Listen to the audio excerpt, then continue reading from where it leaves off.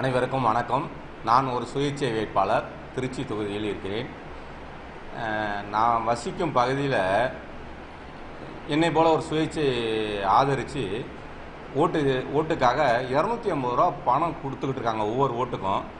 என்கிட்ட சொல்லிகிட்டே போகிறாங்க, நான் போய் பார்க்குறேன், இவருக்கு பணம் கொடுக்க போகிறேன்னு சொல்லிகிட்டே போகிறாங்க. தேர்தல் ஆணையம் அவ்வளோ அருமையாக வேலை பார்த்துக்கிட்டு இருக்காங்க. அவங்கள நான் எந்த குறையும் சொல்லலை. அவங்க சொல்ல முடியாத அளவுக்கு அயராது உழைச்சிக்கிட்டு இருக்காங்க. இருந்துமே ஒரு குறிப்பிட்ட சுயேட்சை வேட்பாளருக்காக பணம் பட்டுவாடா நடந்து கொண்டு இருக்கிறது. என்னிட்ட வேட்பாளர்கிட்ட சொல்லிகிட்டே பணம் கொடுக்குறாங்கன்னா எந்த சூழ்நிலை ஓட்டுரிமை போயிட்டுருக்கு, ஜனநாயகம் போயிட்டுருக்குன்னு எனக்கும் தெரியல. அப்படி இருந்தால் நாங்கள் சுயேட்சை வேட்பாளர் எவ்வாறு தேர்தலில் போட்டியிட முன் வர முடியும்? இதை பார்த்துட்டு வேறு சுயேட்சை வேட்பாளர்கள் போட்டியிடவே மாட்டாங்க. எலெக்ஷனில் காசு இருந்தால் தான் தேர்தலில் நிற்க முடியும். அந்த சூழ்நிலை உருவாகிட்டு இருக்கு. காசு இருந்தால் தான் இது எலெக்ஷனில் நிற்க முடியும்னா காய்கறி மார்க்கெட்டு மாதிரி ஆயிடுச்சு. மக்களோட வறுமையை பயன்படுத்தி அவங்களுக்கு 250 ரூபா கொடுத்து ஓட்டை விலைக்கு வாங்குறாங்க. அதை தேர்தல் ஆணையம் இரும்பு கடன் கொண்டு அடக்கணும். அந்த வேட்பாளரை முறையாக விசாரணை பண்ணி தகுதி நீக்கம் பண்ணணும். இல்லை தேர்தலையே திருச்சி தொகுதியை பொறுத்த வரைக்கும் நிறுத்தினா கூட மிக்க மகிழ்ச்சியாக இருக்கும். பொதுமக்களை தேர்தல் ஆணையம் காவந்து பண்ணணும். நன்றி, வணக்கம். சுயேட்சை வேட்பாளருங்க, அது புகாராக கொடுத்துருக்கேன். தேர்தல் அதாவது நான் சின்னம் சொல்லக்கூடாது,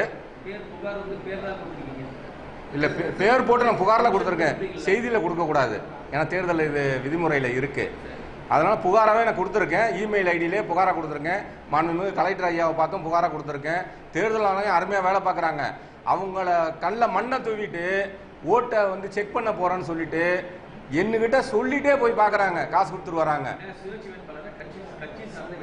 சுயேட்சை கட்சியை சார்ந்தவர் சுயேட்சையாக நிற்கிறாரு. அவருக்கு இன்னொரு ஆளும் கட்சி சேர்ந்த உறுப்பினர்கள் கொண்டு போய் பணம் கொடுக்குறாங்க. ஏன் தொகுதியில் ஏன் முன்னாடியே பணம் கொடுக்குறாங்க. அதான் ஒரு வேதனை.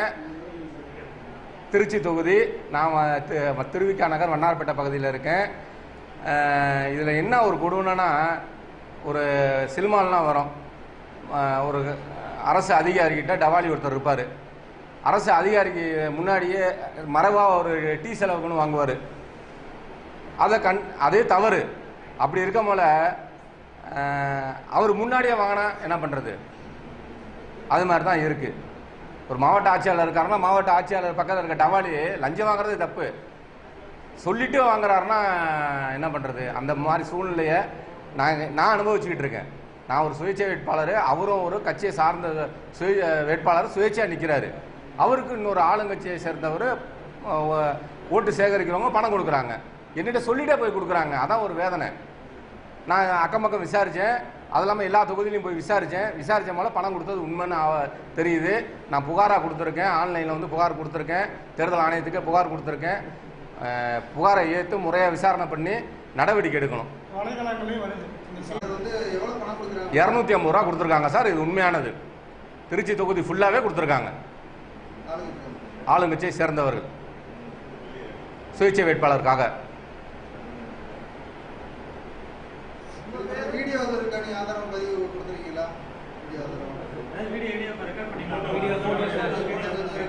இல்லை சார், அதெல்லாம் நான் லோக்கலில் இருக்கேன். சாதாரண மக்கள் அவங்க பயங்கரமான அச்சுறுத்தல் கொடுப்பாங்க.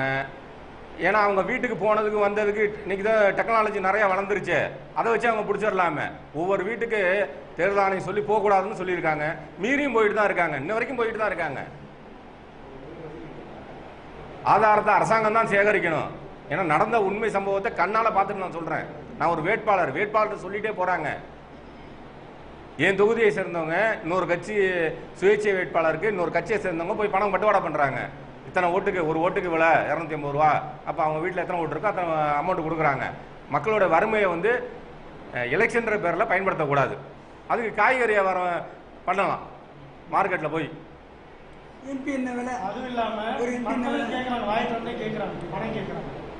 எனக்கு கஷ்டப்பட்டு இருசக்கரை வாங்கினதில் போய் நான் ஓட்டு சேகரித்தேன். நான் ஒரு வழக்கறிஞர்.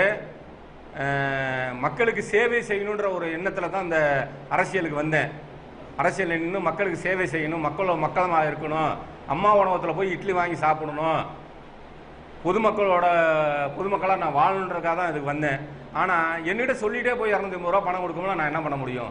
ஜனநாயகம் எங்கே போய்கிட்டு இருக்குன்னு எனக்கும் தெரில. இந்தியா ஒரு மிகப்பெரிய, உலகத்திலேயே மிகப்பெரிய ஜனநாயக நாடு. ஜனநாயகத்தை காவந்து பண்ண வேண்டியது நம்மளோட மக்களோட பணியும், செய்தியாளர்களுடைய கடமையும், ஆட்சியாளர்கள் கடமையும். ஆமாம். மா ஜீவானந்தமுங்க. எப்போவுமே கலெக்டர் ஆஃபீஸுக்கு உள்ளே வந்தால் நான் பார்த்துட்டேன். இப்போ நம்ம மனு பண்ணும்போது கூட வீடியோலாம் நிற்கிறீங்க, அவங்கெல்லாம் விரட்டுறாங்க, அங்கே போய் இங்கே போகிறாங்க. எல்லா இடத்துலையும் பத்திரிகையாளர் சந்திக்கிறதுக்கு ஒரு இடம் வச்சுருக்காங்கல்ல, அது மாதிரி என் திருச்சி கலெக்டர் ஆஃபீஸில் இல்லைன்றது நான் அங்கே கலெக்டர்கிட்ட கேட்டிருக்கேன். பாசிபிள் இங்கே என்ன அங்கே என்ன விரட்டுறாங்க, தவிர ஏதாவது ஒரு இடம் பத்திரிகையாளர்கள் சந்திப்பதற்கு எந்த பிரச்சனை மனுவினால் மனு கொடுக்குறாங்க, பத்திரிகையாளர்கள் உள்ளே விட பண்ணுறாங்க. அது ஒரு நாள் உட்காந்து மத்தியானம் மொட்டை வெயிலில் உட்காந்து நான் உட்காந்துருக்கேன். கலெக்டர் வெளியே வர மாட்டார், உள்ளே உட்காந்து தான் மனு வாங்குவேன். எந்த மனுவும் செயல்படலை, நீங்கள் வாங்குற மனு வேலை செய்யலை, மீடியாவுக்கு முன்னால் தான் நான் மனு கொடுப்பேங்கிறேன், என்னை விடவே மாட்டேன்ட்டாங்க. என்னை கூட்டு போகிறாங்க, கலெக்டர் இருக்க மாட்டார், வெளில போயிடுறாரு. ஆனால் அன்னைக்கு கலெக்டர் இருந்த மாதிரி அடுத்த நாள் பத்திரிகையில் வருது, நான் உள்ளே போகிறேன், கலெக்டர் கிடையாது. பொதுமக்கள் மத்தியில் மனு நீதி நாள் மனு வாங்கினா மாவட்ட ஆட்சியாளர் வாங்கணும், பதில் சொல்லணும். பதில் சொல்லாமல் மனு வாங்கினா என்ன பலன் இருக்குது? இந்த டிஜிட்டல் மைன் சொல்கிறீங்க, இது சம்மந்தமே நான் ஒரு கலெக்டர் ஆஃபீஸுக்கு ஒரு மனு கொடுத்துருக்கேன். அந்த மண்ணில் எந்த விதமான நடவடிக்கை கிடையாது. நான் எப்படி முதல் நாள் கிரெடிட் கார்டு கொண்டு போனோம், அதே மாதிரி திருச்சி மாவட்டத்தில் எந்த இடத்துலையுமே கிரெடிட் கார்டு பயன்படுத்துறதில்லை. எந்த வியாபாரிகளும் குறிப்பாக மருத்துவமனையில் பயன்படுத்துறதில்லை. நான் மனு கொடுத்துருக்கேன். இதுவரைக்கும் கலெக்டர் ஆஃபீஸில் எந்த மனுவும் அதுக்கு நடவடிக்கை எடுத்ததில்லை. அதை சண்டை போட்டு இருக்க முடியாது. புகார் கொடுக்குற இடத்துல கொடுப்போம், எலெக்ஷன் டிபார்ட் சொல்லுவோம், எலெக்ஷன் டிபார்ட் சொல்லணும். குடும்ப சீட்டு கூட எடுத்துருப்போம். எத்தனை கோடி ரூபா திருச்சி தொகுதின்னு எடுத்துட்டு போயிரு. ஏழை உண்டா சரியா போயிரு. என்ன சொல்லணுமா? சொல்லுங்க, சொல்லிடுவோம். ஒன்றும் இல்லை, உலகம் கூட தெரியல. கூத்தாப்பூர் எலெக்ஷன் இருக்கும், பஞ்சாயத்து எலெக்ஷன் இருக்கா, உள்ள மாமஞ்சள் இப்போ நீ தலைவர், அவ்வளோதான். தேர்தலே கிடையாது. இன்னமும் வரலாறுல இருக்கு, கூத்தாப்பாடு தேர்தலே கிடையாது. அவங்க உள்ள மாமஞ்சள் யாரோ கட்சிக்காரர் நினைச்சாங்க, அவர் தலைவர், இவர் தலைவர், முடிஞ்சு போய் சொல்லலாம். ஆனால் சும்மா